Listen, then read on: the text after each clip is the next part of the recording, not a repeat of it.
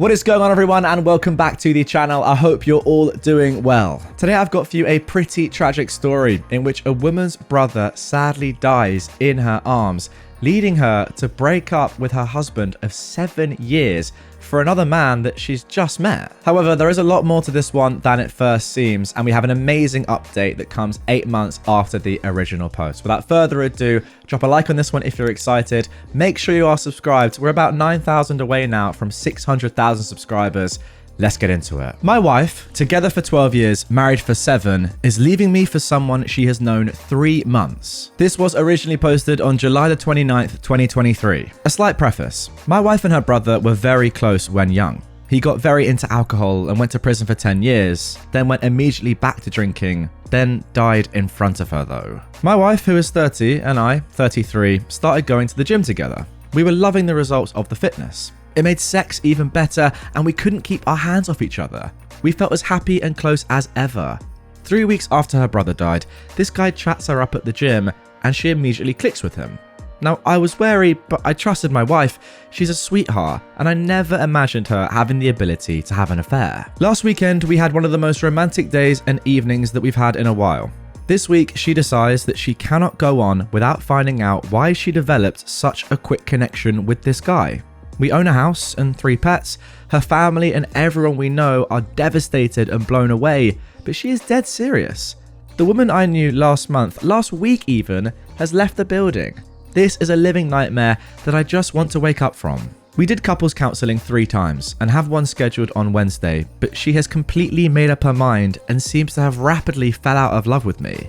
My life as I'd known it is over. I just needed to get this all off my chest. So a short and sweet start to this one. That was the original post. Let's get into some relevant comments. Some people asked below about how OP is communicating with his in-laws or his wife's parents, how they are dealing with the brother's passing. I'm trying to get some information from that. OP says, I am in daily communication with her parents. We are very close. They are as heartbroken as me and praying that she snaps out of it before irreparable damage is done.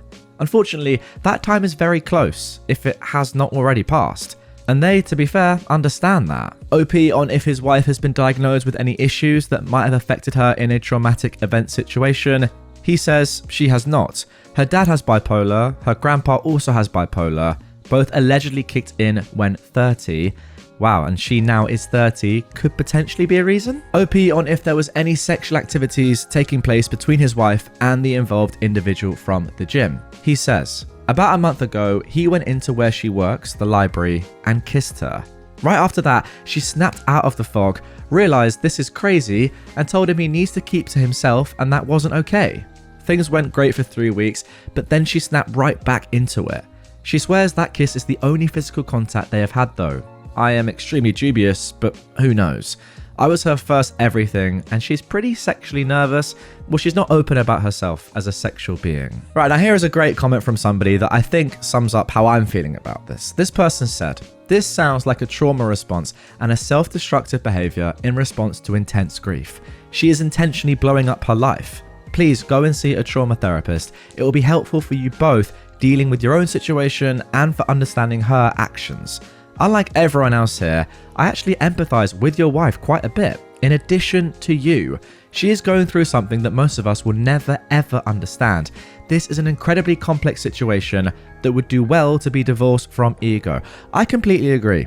You know, it's one thing to sit there and say, how come your wife's cheating on you? She's a disgrace. She's having an affair. That's terrible.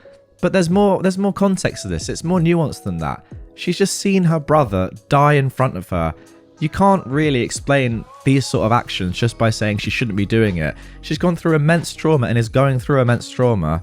She needs help. This commenter continues, many happily married couples who have been together for 40 or 50 years can tell you of a similar period in their relationships. One they stuck through because they knew their partner was acting out of their mind and they put their ego aside and love first. They held space for their partner and tried not to take things personally.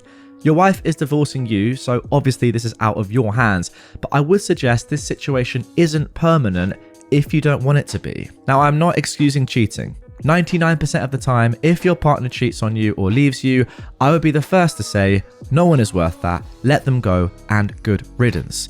However, having your beloved sibling die in front of you is the rarest of experiences, one that will absolutely F a person up, and she is acting effed up. And in this rare circumstance, I personally would try to remember that she's going through something I cannot understand, and essentially going through the psychological or life equivalent of self-harming behaviors. Yeah, that's actually a great point. It's not physical, but it is psychological, yeah, what she's doing. My love for my partner would trump my outrage at their transgressions in this one rare circumstance, even if it hurt like heck.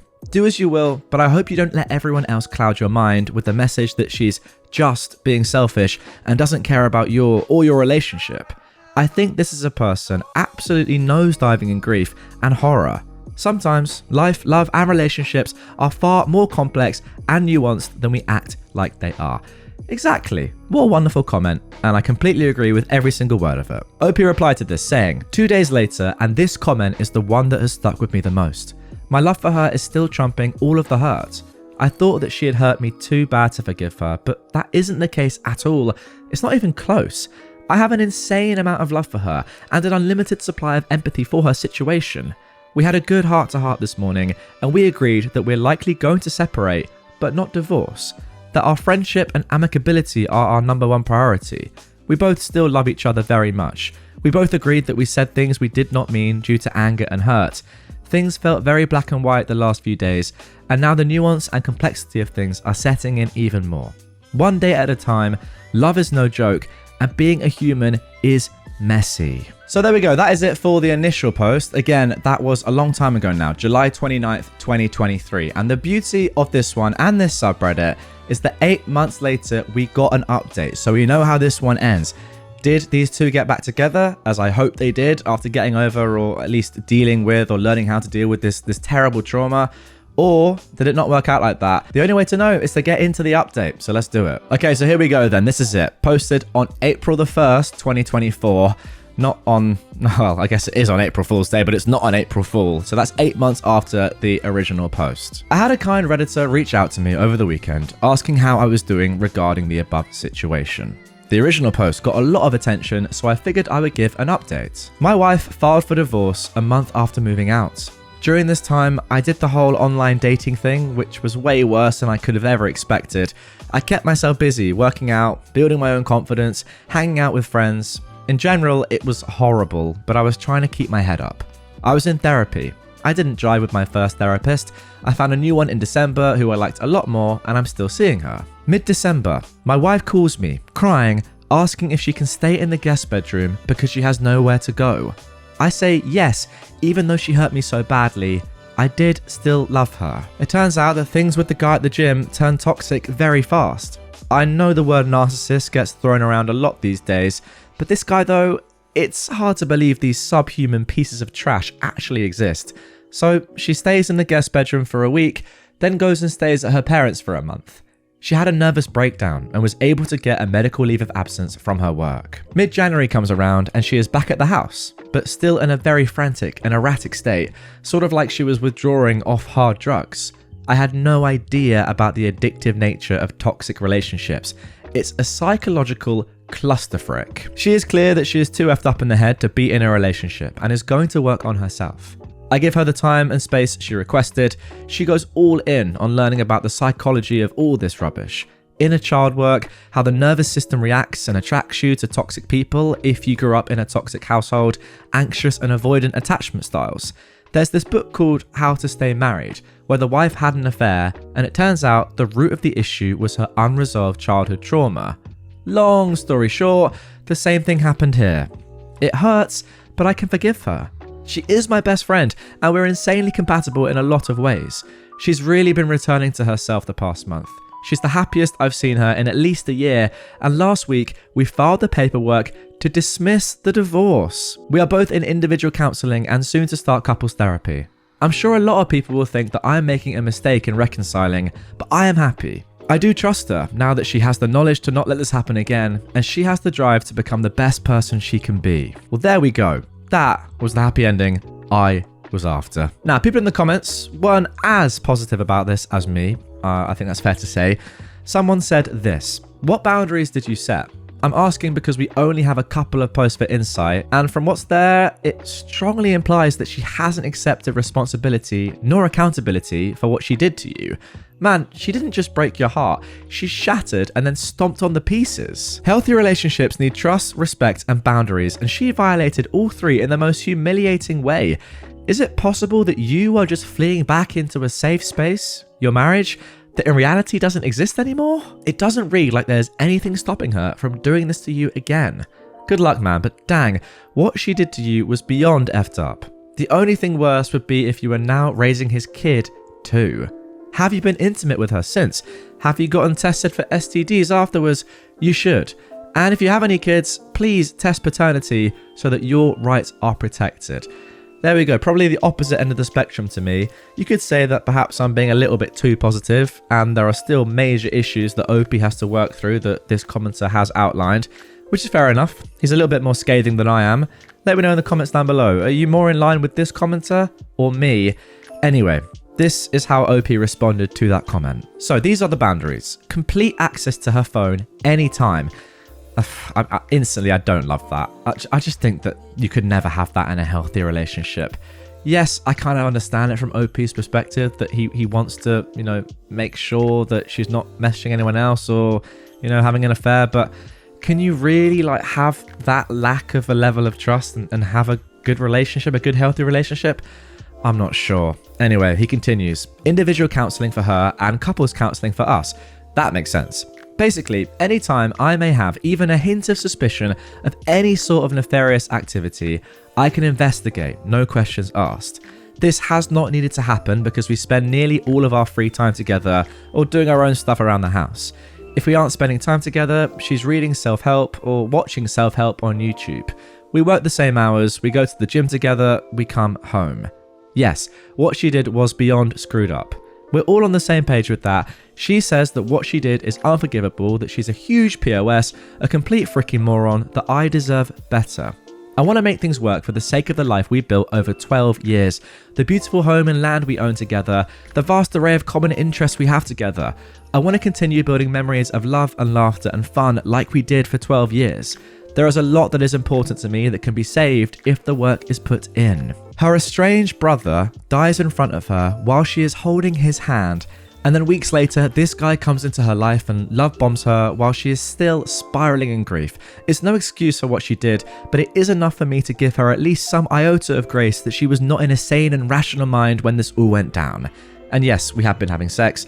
No, we don't have kids. So there we go. Let me know in the comments down below what you think about this. I've got to give my thoughts. And I think this is good. I completely agree with what OP has just said at the end there.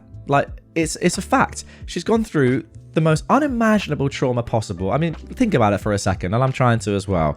It's impossible, right? You cannot begin to empathize with somebody that has gone through this, unless you have yourself. And I'm very sorry if that's happened to you, but it's a very, very rare circumstance and thing that's happened, as OP said earlier. And yeah, it's not ideal, like your wife of 7 years cheating on you or leaving you. But with this context, as I've said the whole time, I think this is the only potential, scenario in which you can kind of not allow it, but understand it and work back from it. Again, I don't really like the phone access at any time, but if you guys agree on it, that's cool. I also don't know necessarily if it's good to watch loads and loads of self-help YouTube videos and read loads of stuff. Maybe it is, but I think it's better to make sure you're getting information from someone that's qualified, like your therapist. I think going to therapy is obviously a great idea, but yeah, hopefully these guys just build that trust up again over years, and then they see it looking back at their lives and relationship as a whole as just a minor blip